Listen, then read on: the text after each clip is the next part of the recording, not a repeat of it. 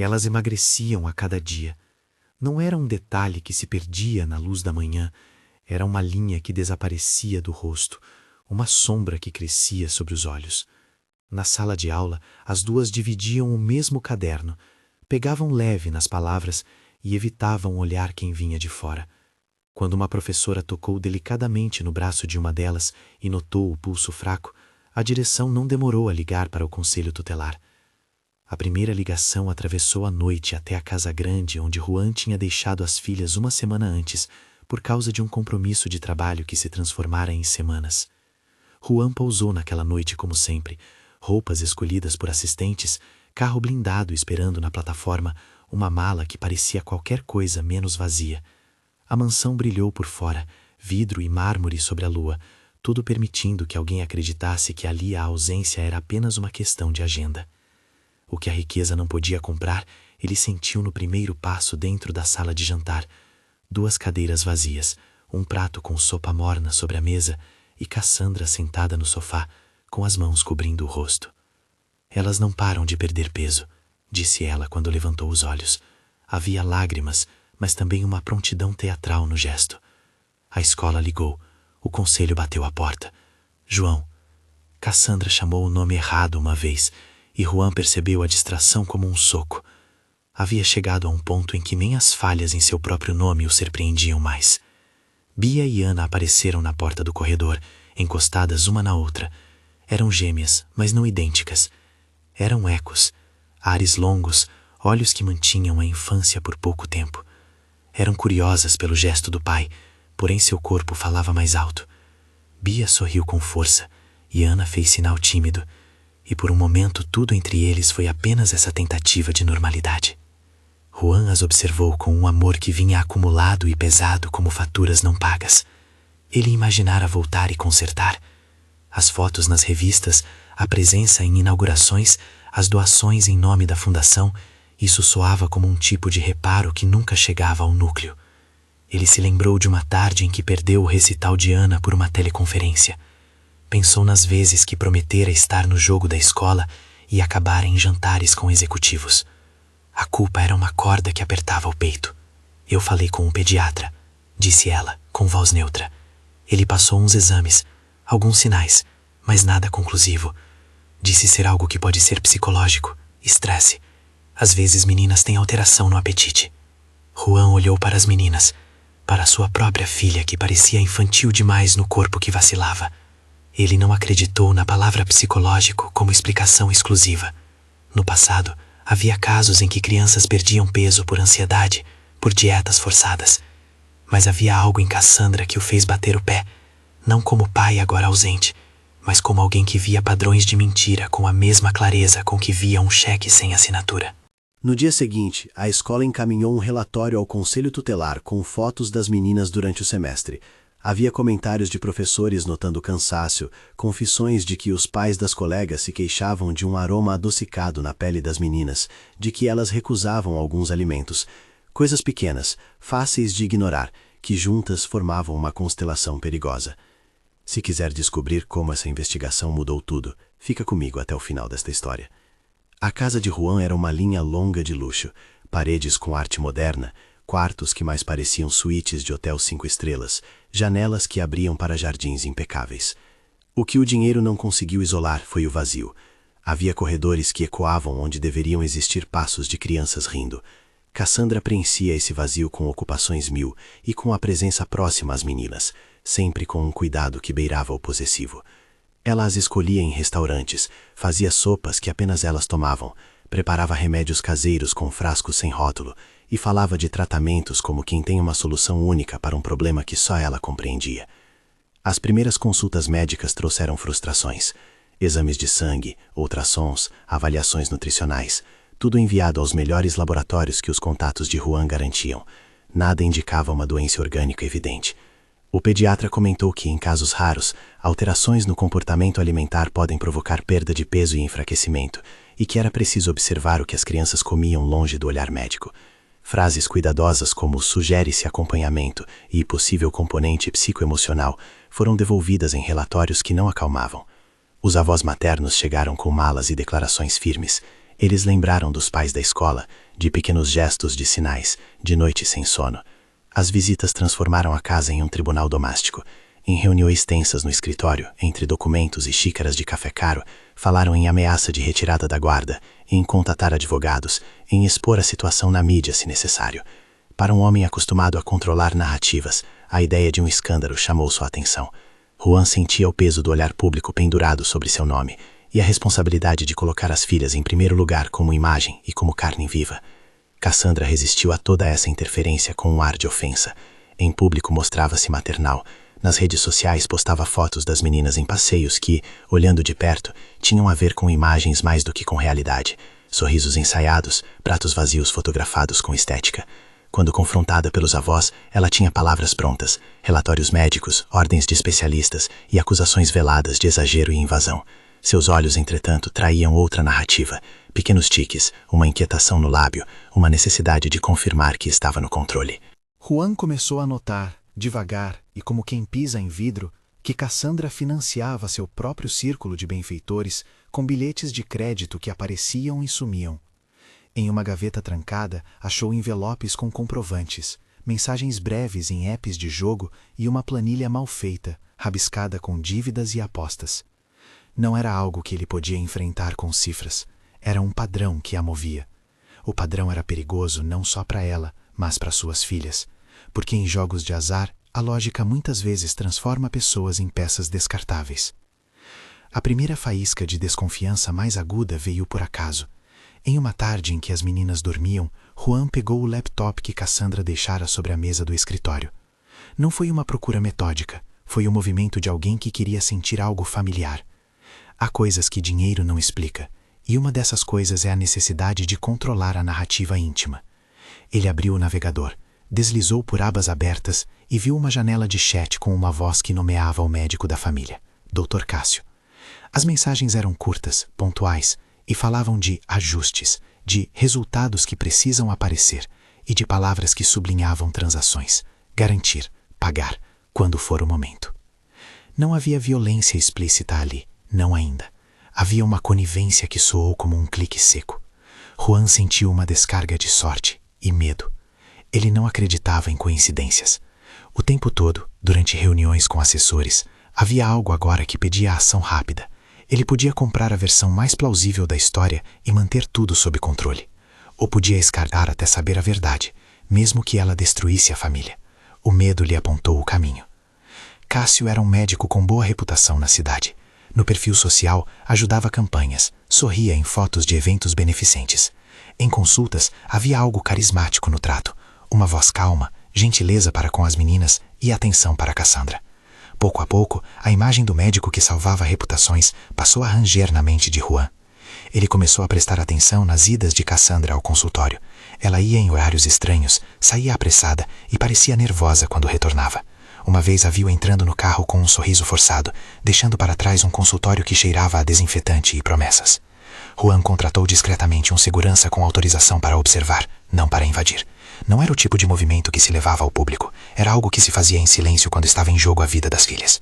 O homem contratou uma detetive particular com pouca estética de filme. Ela era eficiente, cansada, sabia que não havia heróis. Suas recomendações foram práticas. Documentar tudo, gravar padrões, reunir datas e fotos.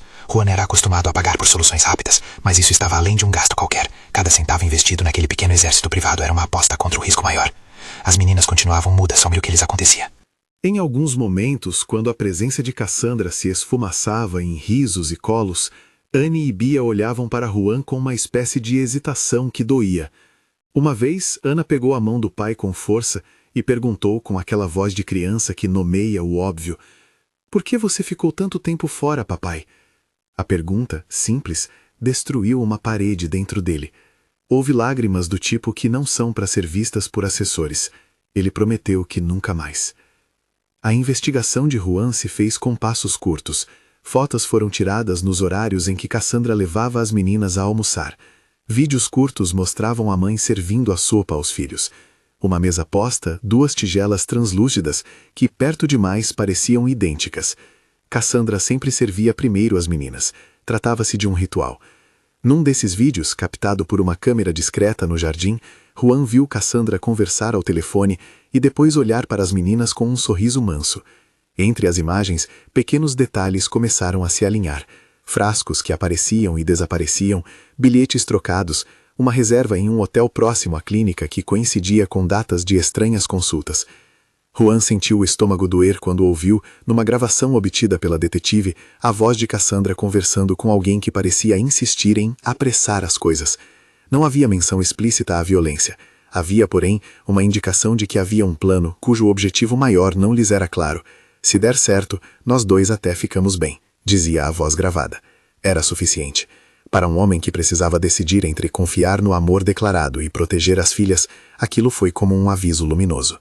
Ao mesmo tempo, circulavam rumores na família sobre uma possível apólice de seguro de vida que teria sido renegociada recentemente. Não era algo que Juan tivesse autorizado, e quando pediu esclarecimentos, encontrou assinaturas e registros em papéis que pareciam oficiais demais para serem inventados por uma pessoa sem recursos. Era um fio que, puxado com cuidado, poderia revelar mais do que estranheza. Poderia mostrar uma tentativa de transformar uma tragédia possível em ganho financeiro. Juan não queria torná-la em vilã de uma narrativa de tabloide. Ele queria fatos. Por isso, reuniu uma evidência física que, mais do que palavras, poderia dizer algo claro a um laboratório imparcial. Uma amostra da sopa que havia sido servida às meninas. Ele não sabia dizer o que esperava encontrar. Talvez nada. Talvez somente um conforto de que havia feito tudo para proteger. Mas para que houvesse justiça e para evitar julgamentos sem base, seria necessária uma análise. Ele pediu a um especialista de confiança, alguém que trabalhava com avaliações técnicas e que não se deixava levar por riqueza ou status, que cuidasse do que seria preciso. Enquanto esperava pelo retorno dessas evidências, Juan vivia em estado de alerta. Evitava confrontos diretos porque sabia que a qualquer momento poderia perder tudo se agisse sem provas. Ele acompanhava as meninas nas consultas, presente nos horários de medicação, perguntando por pequenos detalhes que ninguém mais notara antes. Se sentiam náusea, se tinham sede em horários estranhos, se preferiam alimentos quentes. Elas respondiam com a franqueza de quem não queria preocupar, ou talvez de quem já havia aprendido que perguntas demais traziam problemas. Cassandra, por sua vez, reagia com uma mistura de teatralidade e manipulação. Em um jantar com a família dos avós, ela falou com eloquência sobre como as meninas eram frágeis e precisavam de cuidados especiais. Falou do seu próprio cansaço. Chocou a família com confissões dramáticas, lágrimas que pediam absolvição. E depois, quando estava a sós, mandou mensagens secas ao médico. Precisamos fechar isso. Não posso perder mais. Havia um compasso de urgência nas mensagens que Juan leu aos poucos, como se cada palavra fosse uma peça de um quebra-cabeça que ele não queria montar sozinho. A cidade começou a sussurrar. Jornalistas que antes pediam para cobrir inaugurações, agora enviavam e-mails com perguntas sobre a saúde das filhas do bilionário. Alguns pedidos eram respeitosos, outros vorazes por manchetes. Conseguir manter o assunto longe das páginas não era apenas por vaidade, era uma proteção. Para crianças, exposição pode ser tão danosa quanto qualquer diagnóstico. Juan lidava com esse dilema em reuniões noturnas com seus advogados. Proteger a imagem para proteger as filhas, ou abrir o caso para a luz da justiça e correr o risco de expor as meninas ao público.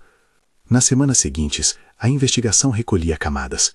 Fotografias que mostravam Cassandra e o Dr. Cássio em restaurantes, a mão dela sobre a do médico em uma mesa. Uma proximidade que já não podia ser explicada apenas por amizade. Mensagens de voz encontradas em um backup de telefone, onde a voz do médico dizia: "Vamos fazer o que for necessário", com um tom que não se enquadrava na ética que ele pregava nas palestras da associação. As evidências começavam a formar um mosaico, onde os papéis improvisados e as aquisições discretas acabavam por sugerir um motivo. Dívidas que precisavam ser resolvidas, apostas que cobravam um preço. Havia também pequenas cenas que feriam por banalidade.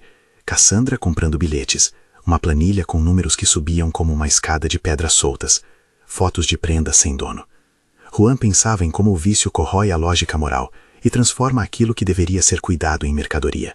Ele pensava nas meninas, no jeito que elas escondiam os pratos vazios. E pensava na possibilidade de que tudo o que estava acontecendo não fosse apenas consequência de negligência, mas de um cálculo frio. Quando por fim uma resposta do laboratório particular chegou, Juan não estava preparado. O e-mail, curto e técnico, informava que havia suspeita de substância que poderia acelerar a perda de peso. e que seria necessário um exame mais aprofundado, um laudo toxicológico completo.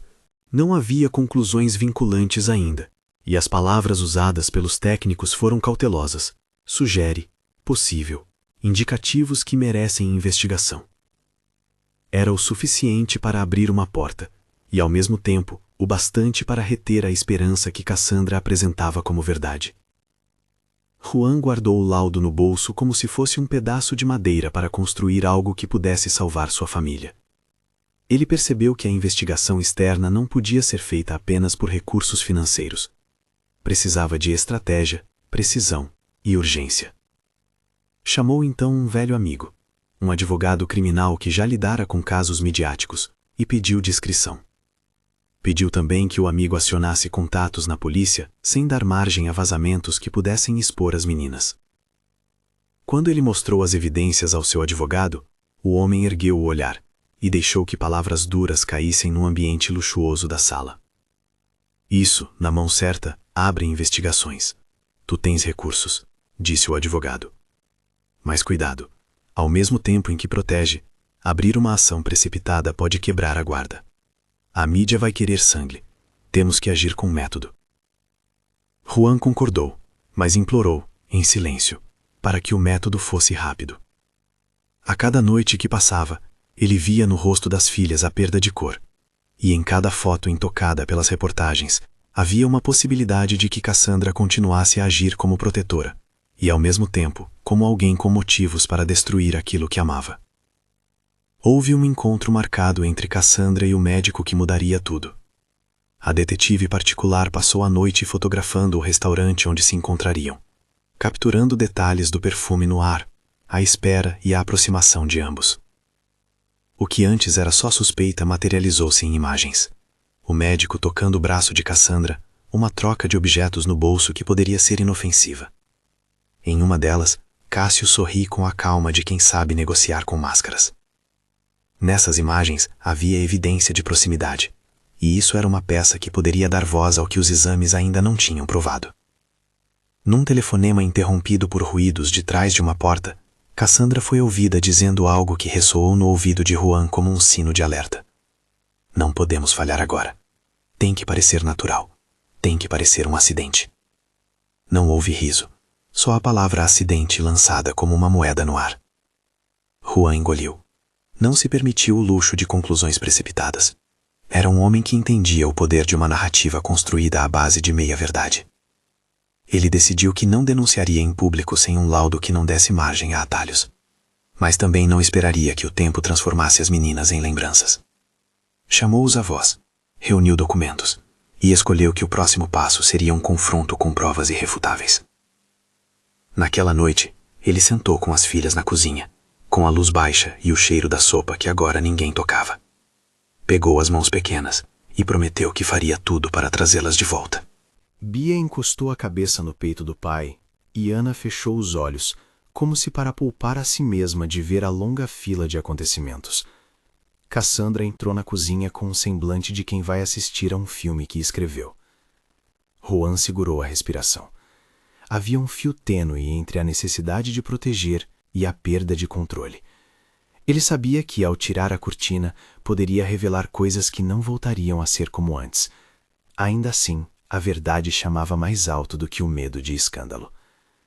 Quando tocou o telefone e ouviu a voz do seu advogado lembrando a necessidade de cautela, ele concordou. Mas por dentro havia um movimento novo. Ele não ficaria observando como um espectador. Era hora de agir. Havia provas suficientes para pedir medidas cautelares, para interferir. Mas havia também perguntas a serem respondidas. O que exatamente havia sido colocado no prato das meninas? Até onde ia o conluio entre Cassandra e o médico? E, talvez mais importante, o que faria Juan quando tudo viesse à tona? O silêncio da casa naquela madrugada foi quebrado por um som quase insignificante. Uma notificação no celular da detetive. Era um vídeo curto, enviado com a legenda: "Ouça". Juan parou, a xícara de café ainda quente na mão. Viu o arquivo e, sem alarde, apertou o play. A voz que saía do vídeo era clara. Não havia ruído de fundo, só uma respiração firme que anunciava a dureza do que dizia. Era a Cassandra. Ela falava com alguém que não era um médico, ou pelo menos a voz do outro lado não aparecia no áudio que o celular reproduzia. Está feito, disse ela.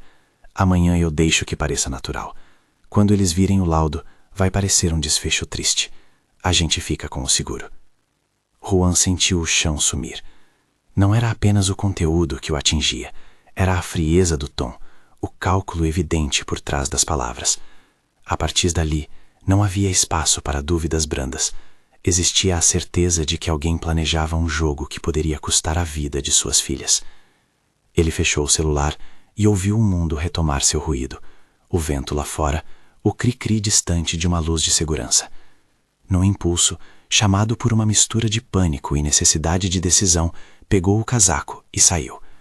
Não havia ainda um plano perfeitamente desenhado. Havia a urgência de proteger, o estômago que se apertava com a imagem das meninas adormecidas e a convicção de que pela primeira vez em muito tempo não deixaria a solução para os outros. Enquanto dirigia pela cidade, Juan percebeu que a sua riqueza dava a ele duas coisas que pessoas comuns não têm: recursos e inimigos demais.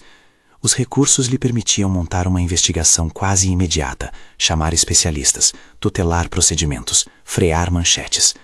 Os inimigos eram todos os segredos que o patrimônio havia criado, cunhados por gente que via a fortuna como uma máquina para extrair benefícios. E havia mais perigoso que tudo, alguém dentro de casa que poderia transformar tudo em ruína. Ele voltou para a mansão com um propósito firme. Pediu a detetive para reunir todas as imagens, todas as mensagens, todas as gravações. Pediu que o laudo preliminar fosse encaminhado a um laboratório mais rigoroso e que um perito independente tivesse acesso às amostras. Queria mais do que suspeitas, queria provas que não coubessem à interpretação. Queria ferramentas para enfrentar Cassandra e o médico. Na cozinha, sob a luz fria, ele colocou as amostras diante de si como se fossem objetos que precisavam de exorcismo. Bia e Ana, ainda sonolentas, ficaram ao lado da mãe, que fingiu cansaço e não viu a certeza desesperada no rosto do marido.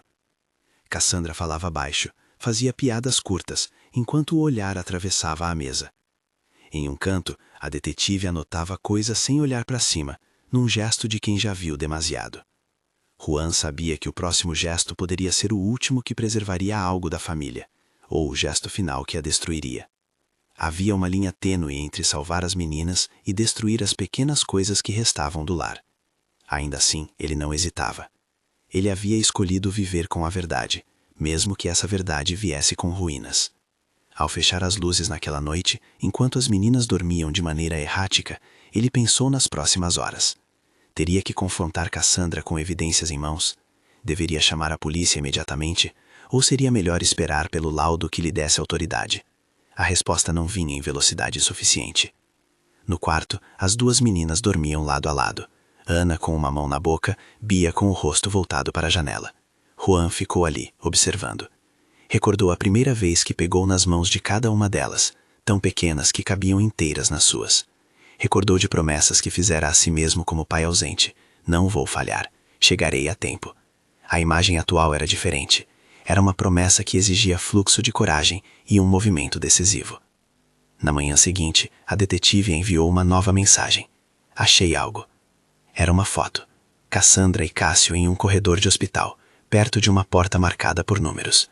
Havia um papel com uma assinatura. Havia uma chave. A chave, pequena, brilhava como um ponto de interrogação. Juan respirou fundo. Havia chegado a hora de escolher entre o silêncio tolerante e a palavra que salva. Ele prendeu o casaco, bateu na porta do escritório onde Cassandra costumava passar horas e pôs a mão na maçaneta. Seus dedos tremeram por um segundo. Ao girar a maçaneta, ouviu a voz de uma das meninas no corredor, meio sonolenta. Papai? Era a pergunta que o puxou de volta. Ele sorriu com dificuldade.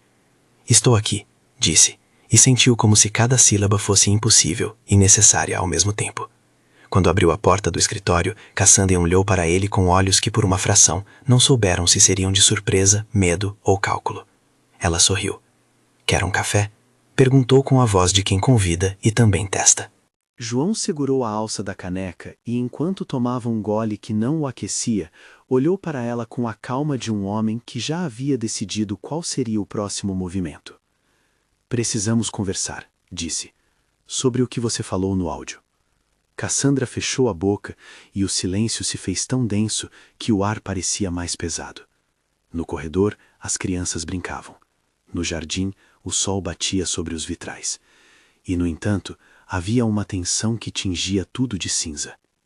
Ela engoliu e por um segundo houve algo entre ela e Juan que lembrava do acasalamento de duas histórias antes separadas pelo orgulho e pelo acaso. Não sei do que você está falando, disse ela, com uma voz que tentou ser pequena. Juan não a desmentiu nem acusou com estrépito. Em vez disso, colocou sobre a mesa todos os arquivos que comprovavam o que ele já sabia. Mensagens, fotos, registros. A detetive observava do canto com a expressão de quem confirma que o mundo, às vezes, é feito de pequenas máquinas de mentira que rangem com facilidade. Cassandra passou os dedos sobre as imagens como quem lê um livro que não quer admitir que escreveu. Havia mudança no rosto dela, uma fissura, talvez medo de ser pega, talvez medo do próprio desmoronar. Isso é uma injustiça, murmurou ela, depois.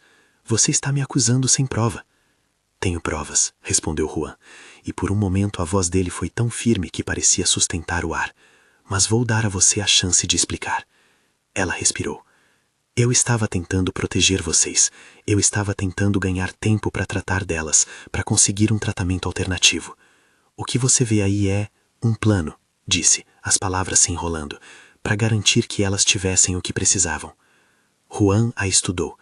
A defesa, bem construída, cheia de emoção, chegava fácil aos ouvidos dos que aceitavam a mínima explicação. A família, os amigos, a imprensa, todos podiam se convencer de que uma mãe desesperada às vezes toma medidas extremas. Mas o que tinha no bolso de Juan era o áudio e as imagens, e uma sensação de que havia mais, uma engrenagem maior. Eu não vou aceitar justificativas vazias, disse ele. As meninas estão perdendo peso, Cassandra, e eu preciso saber o porquê. Não posso deixar que nada mais aconteça. Ela encarou-o com olhos que não eram apenas de medo, mas de raiva contida. Você me abandona e depois me acusa, disse ela. Sempre foi assim. Juan sentiu o golpe das palavras. Eram velhas feridas curadas por capas de sucesso e festas, mas aquelas palavras não apagavam a necessidade urgente de proteger Bia e Ana. A conversa se estendeu por horas, mas em vez de decidir, convergente e calma, Juan pôs-se a reunir mais provas. A detetive reforçou uma tese. Havia registros de transações financeiras, mensagens que ligavam Cassandra ao médico e uma folha onde se lia a palavra seguro. A confluência era inquietante. E havia ainda algo que a detetive enviou depois, um áudio curto, com a voz do médico, dizendo: está quase, não podemos falhar agora. Não havia risos, apenas determinação. Juan deixou o escritório naquela noite com um sentimento de urgência que doía. Ele entendeu que era preciso agir com precisão. Prender o médico em flagrante poderia ser decisivo, assim como precisava de um laudo conclusivo, que indicasse a presença de algum agente que explicasse a perda de peso. O que ele não sabia era até que ponto a conivência entre Cassandra e Cássio poderia ir, como a lógica do ganho rápido havia cegado ambos, ao ponto de transformar meninas em meros instrumentos. Quando se deitou, pensou em quantas decisões se tomavam na penumbra. Telefonemas encobertos, promessas quebradas, passos que se omitiram. A riqueza comprava discernimento em alguns âmbitos, mas não comprava a inocência. E agora, Juan precisava derrubar uma máscara. Na manhã seguinte, ao abrir o e-mail, havia uma mensagem da clínica onde Cássio atendia. Um agendamento de emergência no nome do médico. Era um detalhe que, isolado, parecia irrelevante. Junto com outras imagens, formavam uma trilha. Juan a seguiu com o cuidado de quem pisa em gelo fino, sem saber se o próximo passo o levaria à verdade ou ao desastre. Ele avisou o advogado, pediu que a polícia reservasse uma equipe para observar sem ceder a vazamentos, e marcou um encontro com o diretor do laboratório que faria o laudo definitivo. Havia pressa, mas também uma necessidade de método. À tarde, quando retornou à casa, encontrou Cassandra sentada na sala, as mãos cruzadas, os olhos fundos. As meninas brincavam de forma taciturna, duas sombras vivas no tapete branco. Em cima da mesa, um envelope sem selo com uma folha dentro. Era a promessa, talvez, de uma explicação. Juan pegou o envelope. Havia um bilhete curto. Eu faço o que for preciso. A assinatura parecia ter sido feita com calma, com a certeza de que palavras assim justificavam gestos. Ele guardou o bilhete. Não sabia ainda o que fazer com aquela confissão escrita. O próximo movimento precisaria ser cirúrgico. Reunir peritos, segurar a mídia, preparar a polícia. Havia também a necessidade de proteger as meninas do contato com Cassandra, até que as medidas legais pudessem ser tomadas com segurança. Ele sabia que essas decisões seriam políticas e pessoais ao mesmo tempo. Na cozinha, Ana olhou para ele com olhos marejados e disse, quase sem som: "Papai, eu tenho medo da noite." Juan abraçou-a com força. "Eu também", confessou. "Mas eu estou aqui agora. Eu não vou mais sair." E com essa promessa, agora sustentável, ele começou a traçar o que seria o próximo capítulo de uma história que até então parecia um susto, e que a partir dali, tomaria o formato de uma emergência. Havia um laudo a vir, havia imagens a serem confrontadas, e um médico que possivelmente tinha contado com as decisões que não deveria. Havia também Cassandra, sempre pronta a transformar necessidade em narrativa. Juan fechou a porta do quarto das meninas, sentiu o pulso acelerado e por um segundo pensou que nenhuma riqueza do mundo seria suficiente para apagar a culpa que carregara. Ele entendera que redenção exigia mais que presença, exigia coragem para desenterrar verdades. Ao dobrar o casaco antes de descer as escadas, ouviu o som de um carro parando na entrada. Não era um carro comum, tinha um adesivo discreto na lateral, parecendo pertencer a alguém que vinha com um propósito. A porta se abriu e um homem saiu, discreto, com um crachá que o identificava. Era alguém que vinha da delegacia, enviado por um contato do advogado. Juan sentiu o ar ficar fino. A visita não era casual. O movimento acelerava. Ele pegou as chaves, engoliu a saliva seca na garganta e desceu para enfrentar aquilo que viria. Havia um laudo a ser concluído, uma voz do passado a ser confrontada e dúvidas suficientes para fazer qualquer homem morder a própria língua. Quando a porta se abriu para receber o visitante, Cassandra olhou para fora e por um breve instante um medo verdadeiro cruzou sua expressão. Ela vacilou. Juan percebeu. Sabia que naquele momento a casa se transformava em um tabuleiro em que cada peça precisava ser movida com cuidado. O som da sirene ainda não havia começado, mas na cabeça de todos já ecoava uma sirene interna.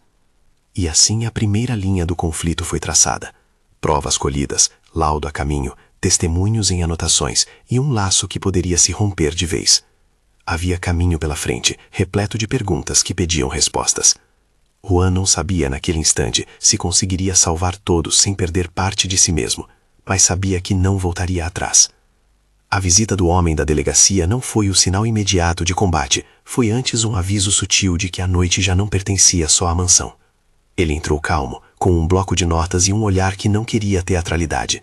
Falou em voz baixa com o advogado, perguntas objetivas, sem ruído. "Recebemos seu contato", disse ele, "mas precisamos de algo mais que suspeita. Temos que prender com algo que não dê margem à defesa." Juan mostrou o laudo preliminar, as gravações, as fotos. O delegado ouviu, fez anotações, pediu calma e velocidade. "Vamos montar uma ação conjunta", respondeu. "Perícia, polícia e promotor, e preciso que mantenham isso fora do público por enquanto." As próximas horas foram um borrão de decisões firmes. Juan assinou autorizações, liberou servidores para enviar arquivos criptografados aos peritos indicados e fez o que não fazia havia muitos anos. Priorizou o que importava em vez de delegar. Chamou a imprensa apenas depois que as crianças estivessem protegidas e a polícia tivesse condições de agir sem expor as meninas. Entre ligações e passos apressados, o laudo toxicológico final chegou. A leitura do documento aconteceu num silêncio cortante da sala de reuniões. Palavras técnicas que numa ponta soavam distantes e que na outra esmagavam. O laboratório confirmou a presença de indícios de uma substância com efeito inibidor de apetite, de natureza farmacológica, que não constava nas prescrições do pediatra. O relatório usava termos cautelosos. Sugere exposição a agente exógeno, compatível com substância sintética de uso controlado. Recomenda-se investigação criminal. Não era um veredito contundente sobre a intenção de causar dano, mas bastava para transformar a suspeita em investigação criminal séria. Juan guardou o laudo como quem segura um objeto frágil e decisivo. Não havia alegria ali. Havia uma determinação seca. Com aquilo na mão, ele podia chamar a polícia sem receio de que o caso fosse arquivado por falta de base. Chamou o delegado e passou para ele os áudios obtidos pela detetive, as fotografias do casal, as mensagens trocadas entre Cassandra e o médico, e as transações financeiras que indicavam um benefício potencial, uma apólice recém-renegociada, que a rigor só poderia ser taxada como suspeita diante do contexto. A operação foi planejada para o início da noite, quando Cassandra teria menos mobilidade e quando a presença da família poderia ser protegida. A polícia combinou com o advogado que quaisquer medidas seriam tomadas de modo a manter as crianças afastadas da exposição. Juan respirou fundo. Pela primeira vez em muitos meses, sentiu a sensação de estar no lugar certo, não pelo controle do mundo corporativo, mas por estar onde suas filhas mais precisavam. O confronto foi frio e cirúrgico. A polícia bateu à porta do consultório de Cássio às 7 da noite, comandado e autoridade. O médico, que sempre havia pregado suavidade e cuidado, tentou operar surpresa. A corporação havia reunido gravações, registros bancários e o parecer do laboratório. Ele foi conduzido algemado, em silêncio, enquanto sua secretária tentava em vão minimizar o estrago. No celular, mensagens vazaram para os jornalistas. A prisão do médico foi manchete local, seguida pelo assolar de especulações. Como um profissional de renome poderia se envolver com algo tão obscuro? Cássio foi levado sobre a acusação de fraude e de participação em conduta, que, segundo a investigação, configurava tentativa de causar dano às crianças com vistas a um ganho financeiro. A nomenclatura exata veio das autoridades, indícios suficientes de conluio e fraude de apólice, possível tentativa de homicídio, prisão para garantia da investigação. Palavras duras, que dariam início a inquéritos, escutas autorizadas e busca por outros indícios. Juan sentiu uma pequena vitória. Era uma vitória técnica, não moral, mas era tudo que a família podia usar naquele momento. Dentro da mansão, a tensão se transformava em um clima elétrico. Cassandra sabia da prisão, e ao mesmo tempo não sabia de tudo que a polícia já guardava. Quando a polícia foi até a casa para notificá-la e colher mais declarações, não encontrou resistência. Ela abriu a porta com expressão de mulher cuja história já estava escrita para si mesma. Havia drama, mas também uma calma cortante.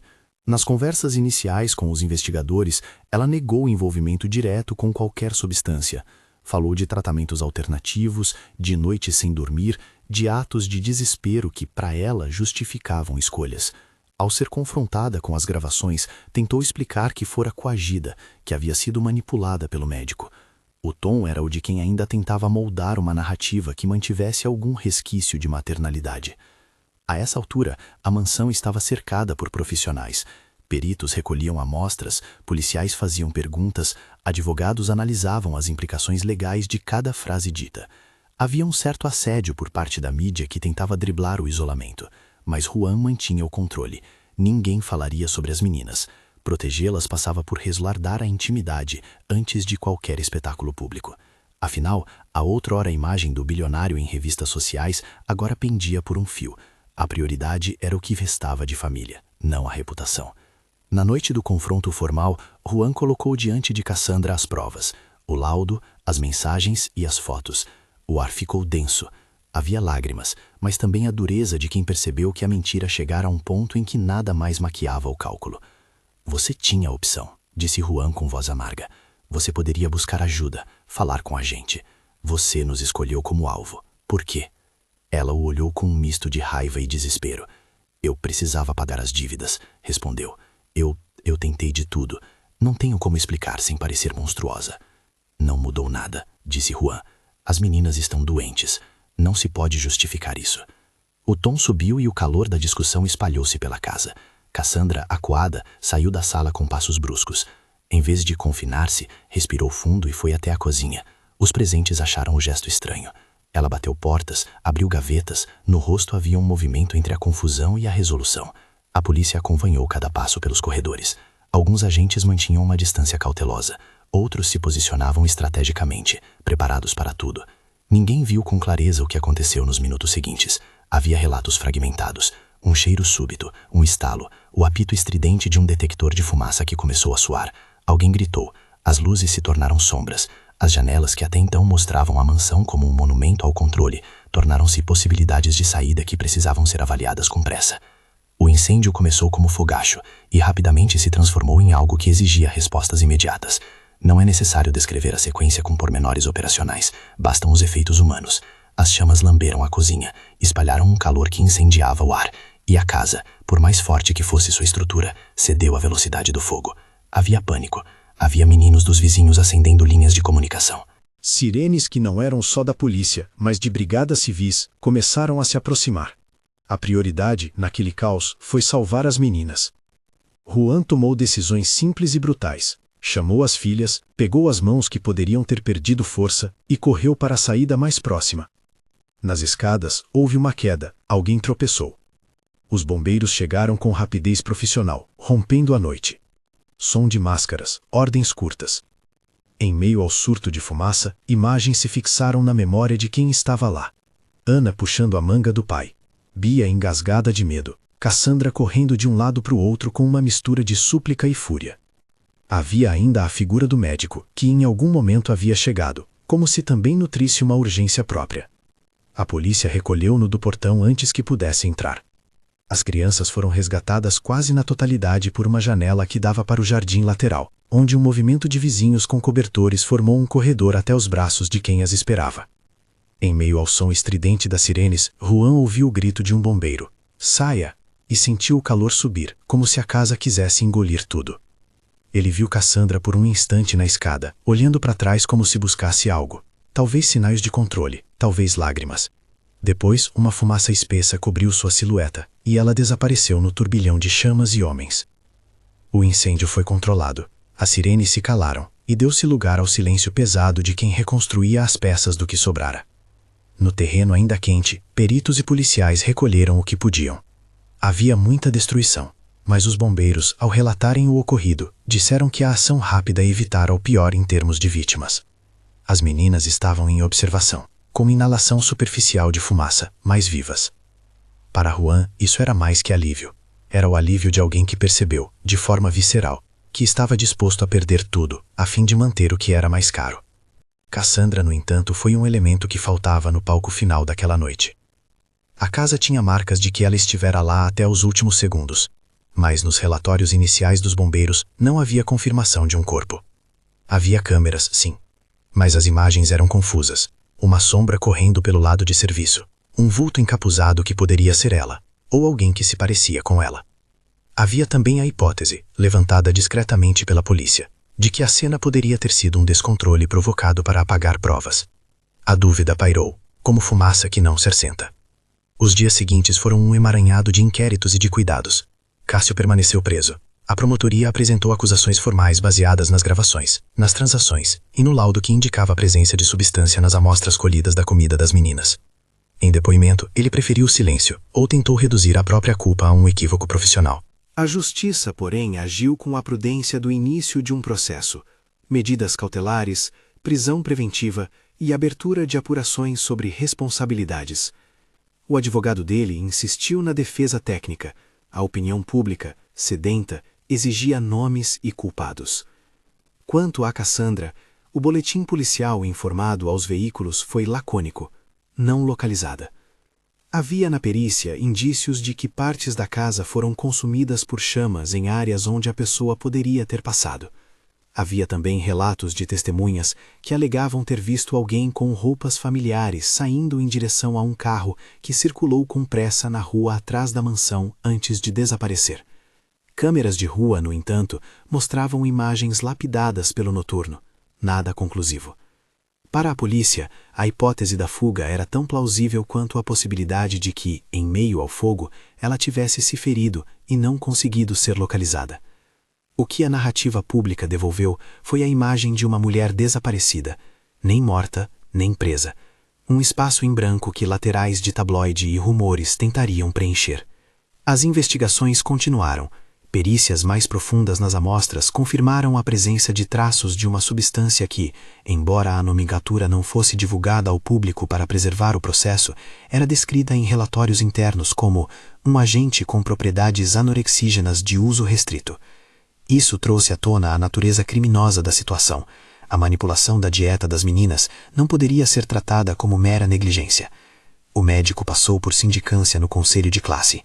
Recepcionistas e auxiliares foram ouvidos. Cartas e recibos foram analisados. Em tribunais, o caso tomaria meses, talvez anos. O que importava àquele instante era que as meninas estivessem vivas e lentamente começassem a reagir ao contato humano e ao alimento sem medo. A recuperação delas foi um processo de retomar pequenas coisas. o gosto por uma fruta, o riso que vinha aos poucos, a energia para brincar no jardim. Os 2 primeiros meses foram feitos de consultas, de terapia, de refeições controladas e de um calor humano que, para Juan, substituiu contratos e decisões empresariais. Ele trocou reuniões por cuidadores qualificados, abriu mão de compromissos por visitas à escola. O bilionário que antes viajava por conveniência, agora viajava por vontade. Levava as meninas a sessões de terapia lúdica, a parques vazios onde pudessem correr sem olhares. Deixou um pouco para trás o excesso de exposição pública que sua condição econômica trazia e assumiu que o mais urgente era escutar as filhas, entender o que elas sentiam e reconstruir a confiança. A mídia reagiu com suas nuances previsíveis. Alguns veículos exaltaram a imagem do pai que salvou as filhas. Outros falaram de tragédia anunciada. Havia reportagens que insistiam em dar à história um tom de espetáculo. João, acompanhado por advogados, limitou entrevistas. A prioridade era a segurança das meninas, e a segunda prioridade era que o processo legal corresse sem interferência mediática que pudesse comprometer a integridade dos depoimentos. Ele falava o mínimo necessário em público. Em casa, dizia o simples: estou aqui. Palavras pequenas que, para aquelas crianças, tinham o peso de promessas. O julgamento de Cássio e o inquérito sobre Cassandra seguiram caminhos diferentes. O médico foi denunciado formalmente por fraude contra a apólice e por tentativa de causar dano. Provas como mensagens, registros de pagamentos e o laudo toxicológico foram suficientes para mantê-lo encarcerado preventivamente enquanto o processo corria. Tratou-se de uma vitória da investigação, mas não um encerramento moral. A sociedade assistia perplexa. Um homem de branco e um quadro de filantropia podiam ter uma sombra tão grande. Cassandra continuou como um mistério processual. A investigação considerou seriamente a hipótese de fuga. Havia transações em seu nome realizadas dias antes do incêndio, viagens para locais onde seu passaporte havia sido usado. Porém, agentes descobriram que alguns desses registros poderiam ter sido fabricados ou forjados por terceiros. A conclusão da perícia sobre a cena do incêndio foi cuidadosa. Não há indícios conclusivos de que a pessoa esteja desaparecida como consequência direta do sinistro, disse um laudo. Existem elementos que apontam para a possibilidade de evasão. A imprensa gostou da palavra possibilidade. O público, incerto e dividido, criou teorias. Entre as muitas conversas íntimas que Juan travou nos meses seguintes, a mais recorrente era com as meninas. Ele tentou ser transparente em medidas compatíveis com a idade delas. Contou que estava investigando, que havia pessoas cuidando do caso, que elas eram seguras agora. As respostas foram variadas. Bia quis saber por que alguém faria aquilo. Ana perguntou se a madrasta ainda a amava. Eram perguntas de crianças que buscavam costurar a lógica do adultério do mundo. Juan respondia com veracidade controlada. Algumas pessoas fazem escolhas erradas. O que importa é que nós estamos seguros e que vamos ficar juntos. Não havia consolo fácil. Havia sim uma reconstrução em pequenos atos. Com a luz do dia, a mansão começou a ser reorganizada. Muitas coisas foram perdidas no fogo. Outras permaneceram como lembrança. Juan decidiu não reconstruir tudo da mesma forma. Mudou-se com as filhas para uma casa menor, à beira-mar, onde a presença de vento e horizonte ajudava a desacelerar a sede por controle. Estruturas foram modificadas, menos assessores, mais presença de familiares. O gesto de retirar o corpo físico do espaço onde a traição aconteceu foi para ele uma forma de recomeço. Em público, sua fundação manteve atividades, mas ele delegou muito do contato com a imprensa. A prioridade era a cura. O processo judicial de Cássio foi árduo e se estendeu por meses. Depoimentos, recursos, reviravoltas.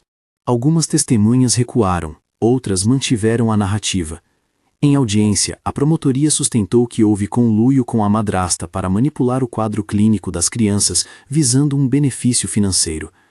A defesa insistiu em incertezas e falhas de cadeia de custódia.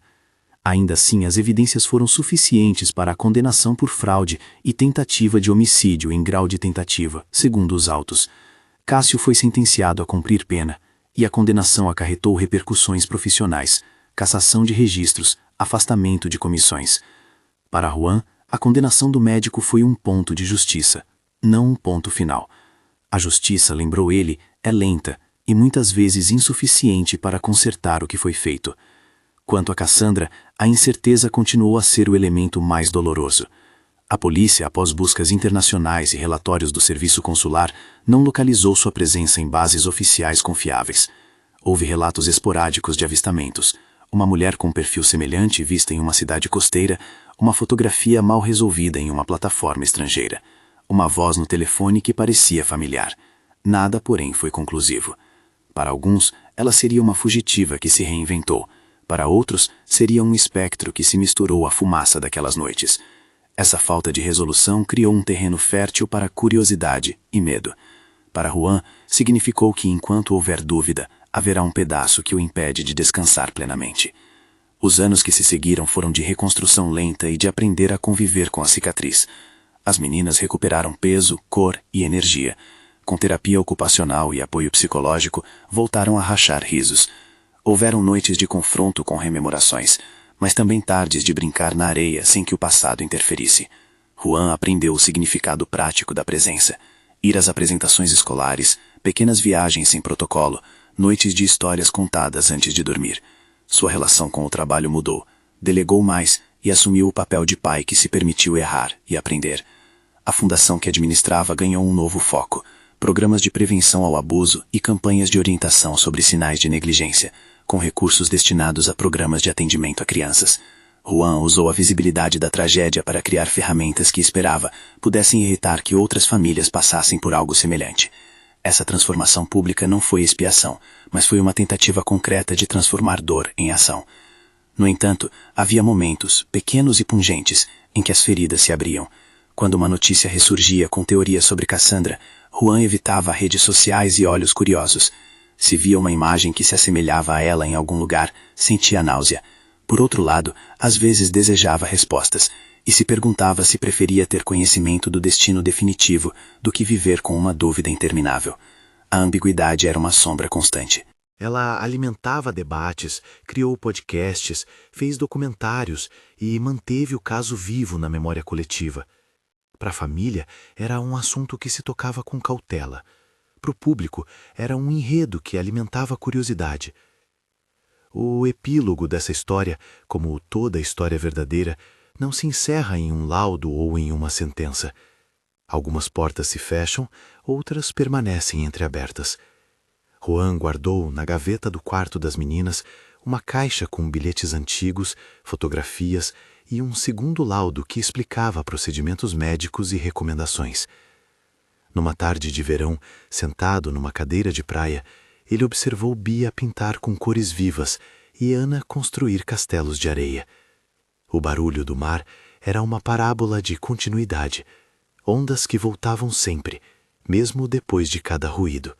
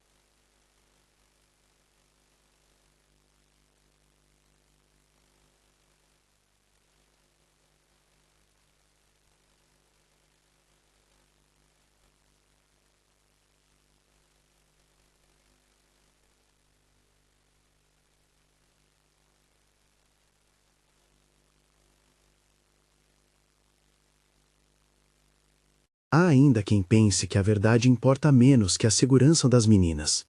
Não se tem, em tom definitivo, um fim amarrado. E talvez seja esse o aspecto mais humano da história. Aceitar que nem todas as sequências se fecham com um ponto. Quando a câmera da vida foca o pai na varanda, olhando o mar com as filhas correndo ao longe, a narrativa devolve uma última imagem. Juan recolhe um bilhete antigo da caixa, uma frase rabiscada de Cassandra. Eu faço o que for preciso. Ele dobra o papel, não com ódio, mas com a compreensão amarga de que pessoas quebradas rompem elos que custam caro aos inocentes. Põe o bilhete de volta e se vira para as meninas. Vamos jantar? Pergunta. E elas, sem hesitar, respondem com alegria infantil. Se você chegou até aqui, quero deixar uma pergunta para você. Na sua opinião, Cassandra desapareceu para sempre naquela noite ou encontrou um caminho para escapar? Deixe nos comentários o que você acha. Se essa história tocou você, curta este vídeo e compartilhe com alguém que se interessa por narrativas que misturam suspense e reconstrução. Inscreva-se para ouvir mais histórias como esta.